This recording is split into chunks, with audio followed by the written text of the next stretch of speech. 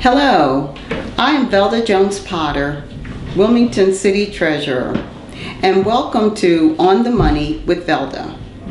Today I want to share with you some information related to a topic that has been in the media, the subject of conversation for many months now.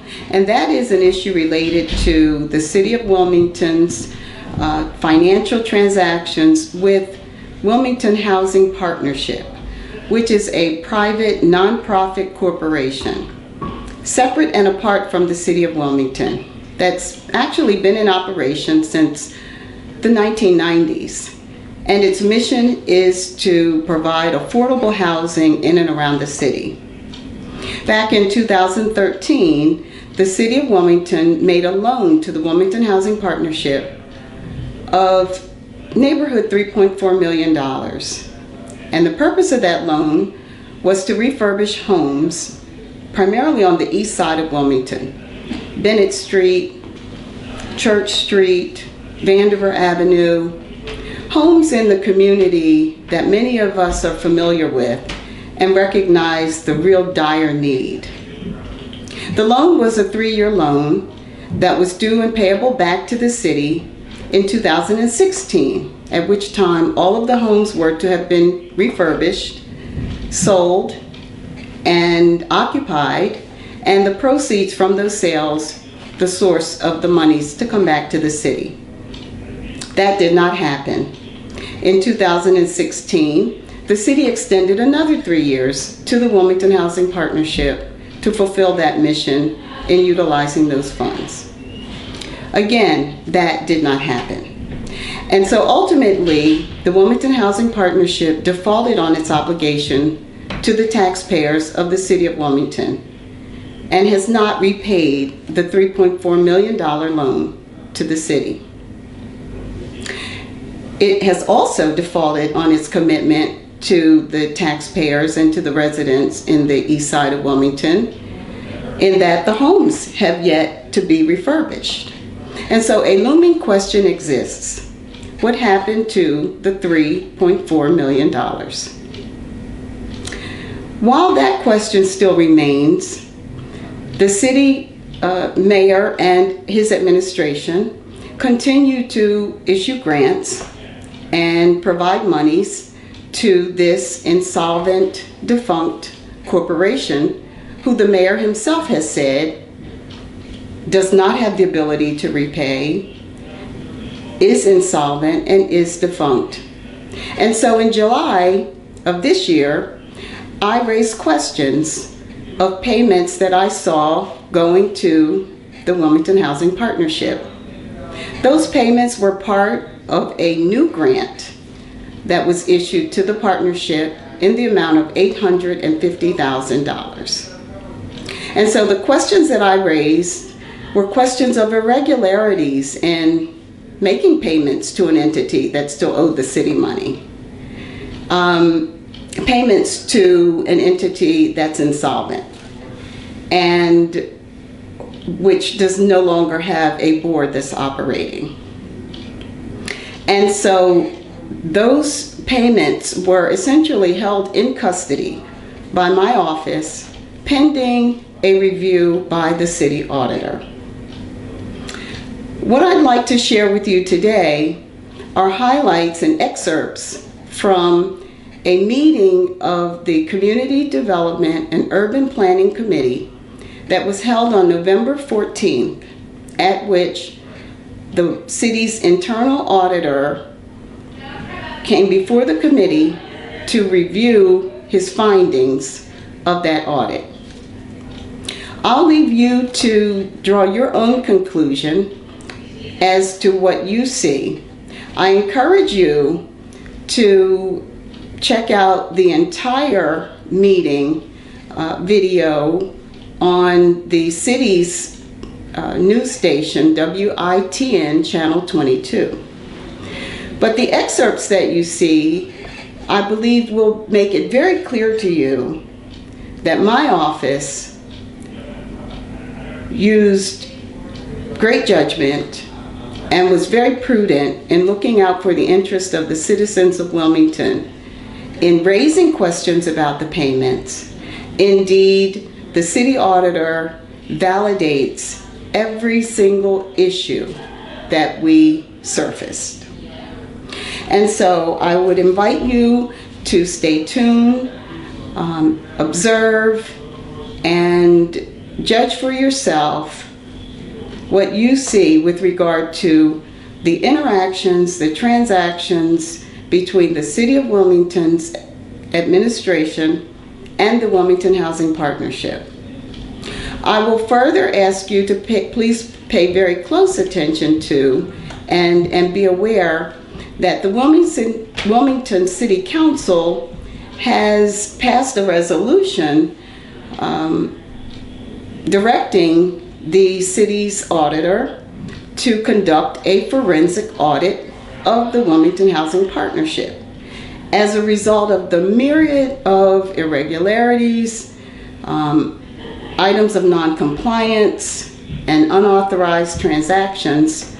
City Council has made that directive clear. And so you will also see in the excerpts the internal auditor of the City of Wilmington, his response to that request. So please stay tuned, and I will say once again, you be the judge. Zicki calls the city's repayment agreement with the Wilmington Housing Partnership for a $3.4 million loan a formality after it was used to clear the way to release the additional grant money. The $3.4 million I characterize as uncollectible is still uncollectible. Last month, the city auditor determined an increase this year to an old city grant to the partnership was unauthorized and should not have been approved, in part because the partnership was delinquent on the loan. His office said grant payments held up by City Treasurer Velda Jones-Potter could go through if the organization paid the city back or set up a payment plan. The Wilmington Housing Partnership signed a repayment agreement days before the auditor's report was released. It includes a year-and-a-half forbearance that delays the start of payments. Jones-Potter calls the mayor's view of the repayment plan shameful. That was the basis of the auditor's decision to release of payments to the Wilmington Housing Partnership. The auditor opined that that cured the legal impediment, which was that there was a debt owed to the city. City council members continue to demand answers about how the multi-million-dollar loan was spent and a forensic audit into the partnership's transactions. Sophia Schmidt, Delaware Public Media. Thank you, everybody. So again, this evening, we have 4 agenda items tonight. We're actually going to start with our update by the city auditor regarding the Wilmington Housing Partnership, the audit report that came out on October 7th on issues with the Wilmington Housing Partnership payment activities. And so we have this evening our auditor, Terrence Williams. Good evening, Community Development and Urban Planning Committee. I'd like to thank you all for having me here to talk about the Wilmington Housing Partnership. As you mentioned, the report was published on October the 7th, and the report was based off of observations and concerns that the city treasurer brought to my attention. And so after reviewing the documents that she provided in her analysis and seeing some of the concerns that she had, I noticed some additional items and decided to put together an agreed upon procedures review based on the items that were brought to my attention.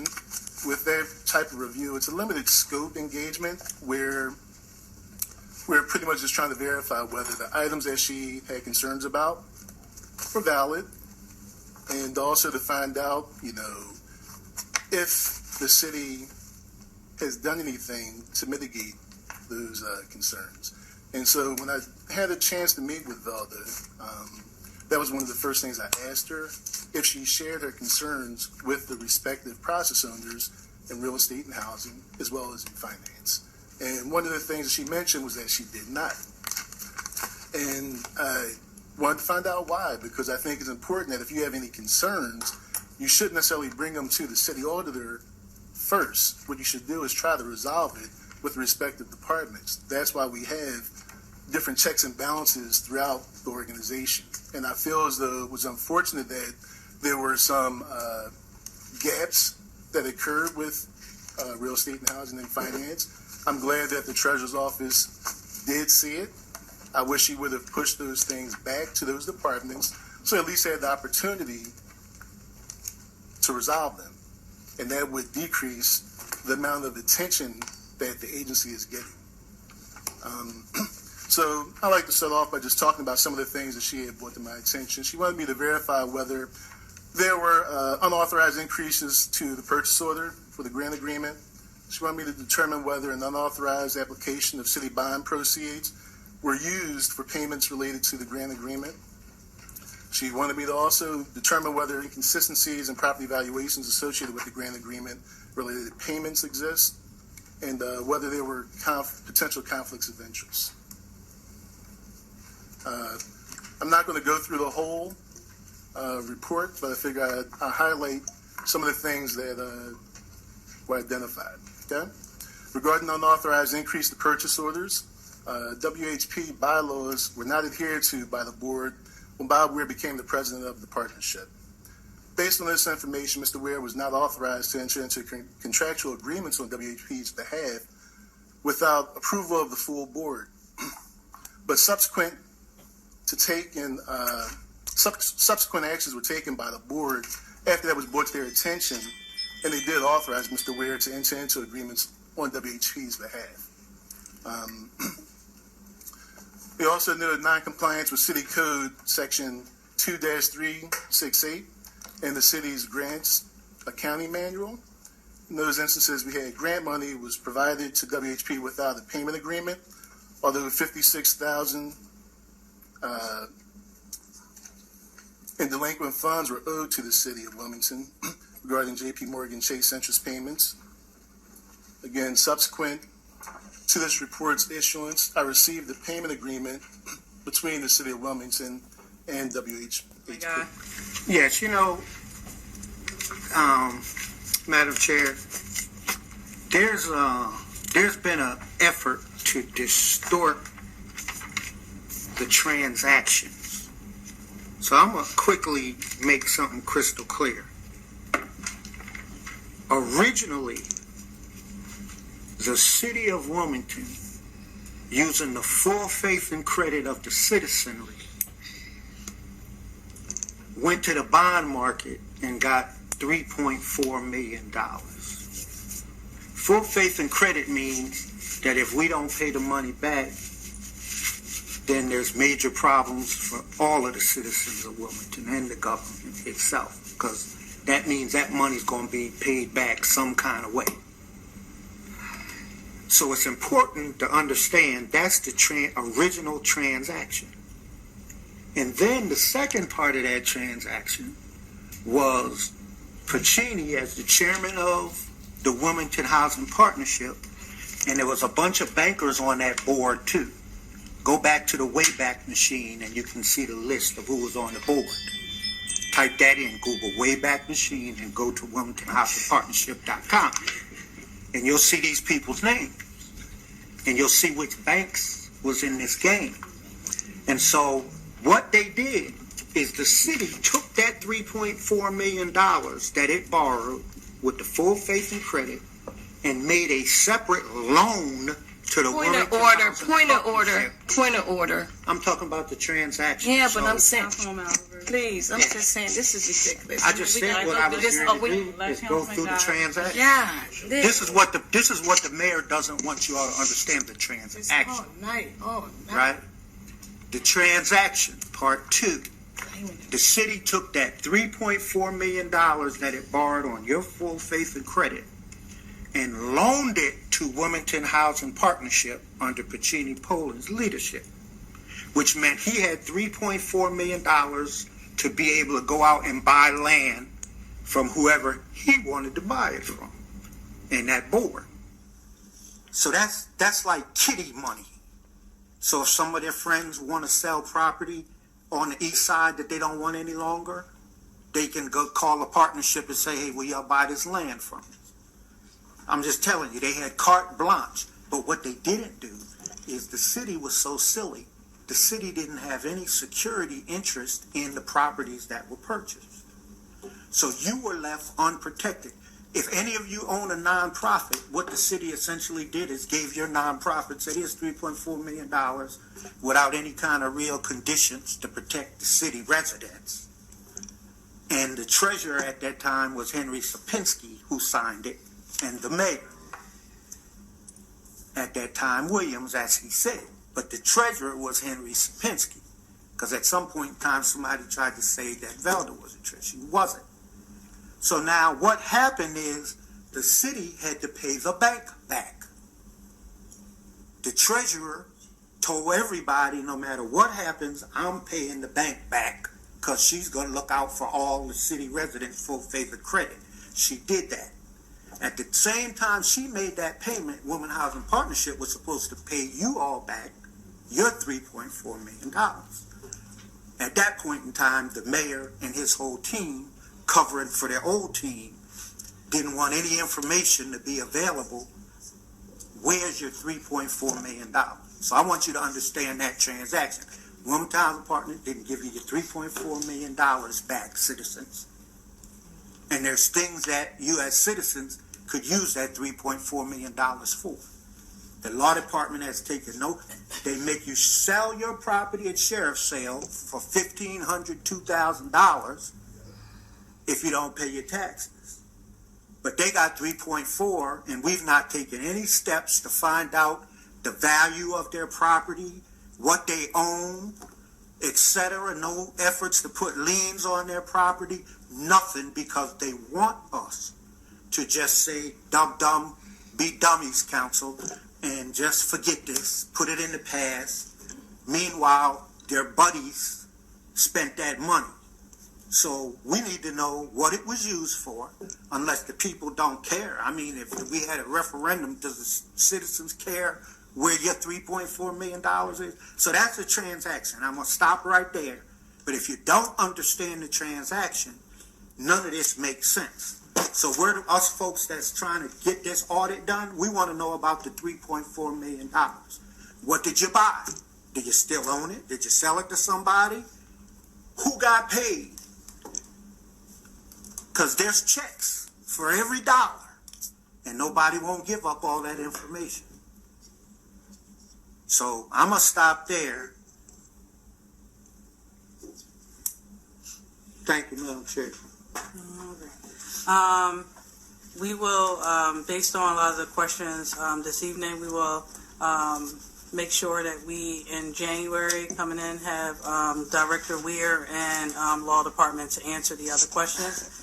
I am going to open it up for public comment. If there's no other questions from council members at this point, and then also let our treasurer speak as well. You want to come up first, Bella? That's fine. Good evening, members of council and the public. So let's be clear about one thing first.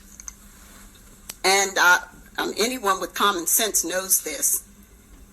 When you observe some irregular financial behavior, whether you perceive it to be potentially fraudulent or not, but certainly if you believe there might be any fraud, the last thing you do is go and ask that person, hey, did you just commit fraud? So when in this city you see something, the auditor's office says, say something. And they host a hotline for that even. So they don't tell the people in this city or employees of this city to go see the individual from whom you're seeing some unusual or regular activity. So that comment from my standpoint was just asinine. I'd like to point out in response, Councilwoman Gray, to some of the question you had regarding the timing of the forensic audit, the financial audit.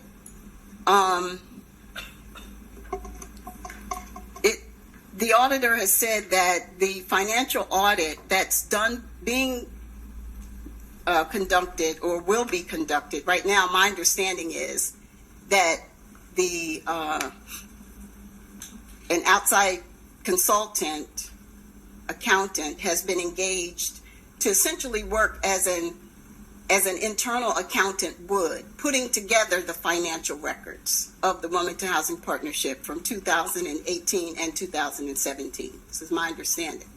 Once that's done, and that individual prepares financial statements, then I presume, it's my understanding, that the Wilmington Housing Partnership intends to engage an external auditor to audit those books and give an opinion. Funds that were made available, the $3.4 million was made available to the Wilmington Housing Partnership in 2013. And as best as records indicate, all evidence is that those monies were expended by 2016. Those financial audits for those years have been complete. To the extent that there was any need or is any value to having the financial audits for at least those years where the monies at issue were expended, those financial audits are already complete. So there's no need to wait. You will note that the auditor deems only one issue significant enough to determine whether or not payments ought to continue to be made to the Wilmington Housing Partnership or not. And the one item that he says, as long as it's cured, would allow those payments to be made is the partnership's indebtedness to the city. And so either, and this is at the top of page 11, so either the payment in full by the Wilmington Housing Partnership to the city of the $3.4 million owed, which has not happened, or a statement basically indicating that there is a payment agreement with the city, between the city and the Wilmington Housing Partnership. If you will turn to the pages behind that, there is an agreement that was signed on October 3rd by the Wilmington Housing Partnership and, again, Bob Weir, who was not authorized. And despite there being some retroactive resolution passed by the non-existent board of the Wilmington Housing Partnership, still isn't authorized, there is an agreement of repayment. So suddenly the Wilmington Housing Partnership, an insolvent company with no board, has the ability to repay the city so that payments can then be released and made to the Wilmington Housing Partnership. I don't know, Councilman. I see your hand, Councilman Turner, but I I'm letting just her wanted to go finish over. first. Yeah, I just wanted to go over what she just said, so we don't get lost on dates. She just referring to page 11. Correct. So we're referring to the forbearance and repayment agreement. Yes. And this was as of October 3rd, 2019. Yes. So essentially 4 days prior to the date that the auditor says he completed the report, that his report is dated, since it's dated October 7th. So 4 days prior to that, on October 3rd, the Wilmington Housing Partnership, signed by Bob Weir, entered into a repayment agreement with the city, signed by the mayor's finance director, Brett Taylor. And a question from my standpoint, perhaps not so much for the city auditor, but I would say certainly for the finance director, is what value does an agreement from repayment agreement from the Wilmington Housing Partnership have for the city auditor, but I would say certainly for the finance director, is what value does an agreement from repayment agreement from the Wilmington Housing Partnership have when it is insolvent, according to the mayor, when it has no functioning board because its bylaws requires 12 and they have, I believe, 5 members on its board. And so is it even worth the paper that it's written on, would be the question that I would ask. And then lastly, I would point out that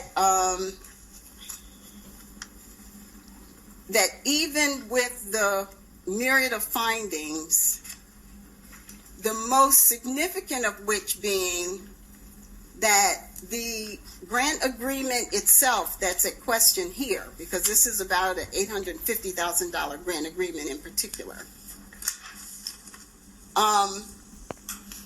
that agreement itself was invalid because the two signers had no authority on the one hand, and on the other hand was in violation of city law at the time of signing. And so with the myriad of issues of noncompliance and lack of authorization, it calls to question then what judgment is there to dismiss so many of all of those other issues and be accepting of a repayment agreement that, if you read it very carefully, it's actually a forbearance and repayment agreement, and the forbearance part of it means the first 18 months is like a stand down. There is no action required by the housing partnership for the first 18 months. And then after that, what they're committing to repay is on that very same list of houses, that Exhibit B, which you've seen from the 2013 agreement, that same list of houses is the basis on which they're committing that they're going to repay. They're going to refurbish those houses and then as they sell, return to the city. That was the same promise that was made in 2013, again in 2016, and now in 2019. So as I said, I had not intended to speak, but what I will say is I believe it's very clear that the Treasurer's Office did what was right and prudent in raising the issue of irregularities and initiating the review that the auditor did, which item for item substantiates the irregularities, every single one that my office identified. And it's my hope that the still and primary unanswered question, what happened to the $3.5 million that was loaned to the Wilmington Housing Partnership, will, my hope is, be answered, because the public is entitled to know. And frankly, if I was one who served on the board, or frankly was part of city's executive management, the mayor's office, his administration, I would want that question answered, so that then once and for all, people would know and could take comfort. So I offer that as my comments, and if you have any questions of me, I'm happy to answer. but that's my statement. So thank you, Treasurer Potter. I'm going to finish out the public comment first, and then come back for questions because I just don't want to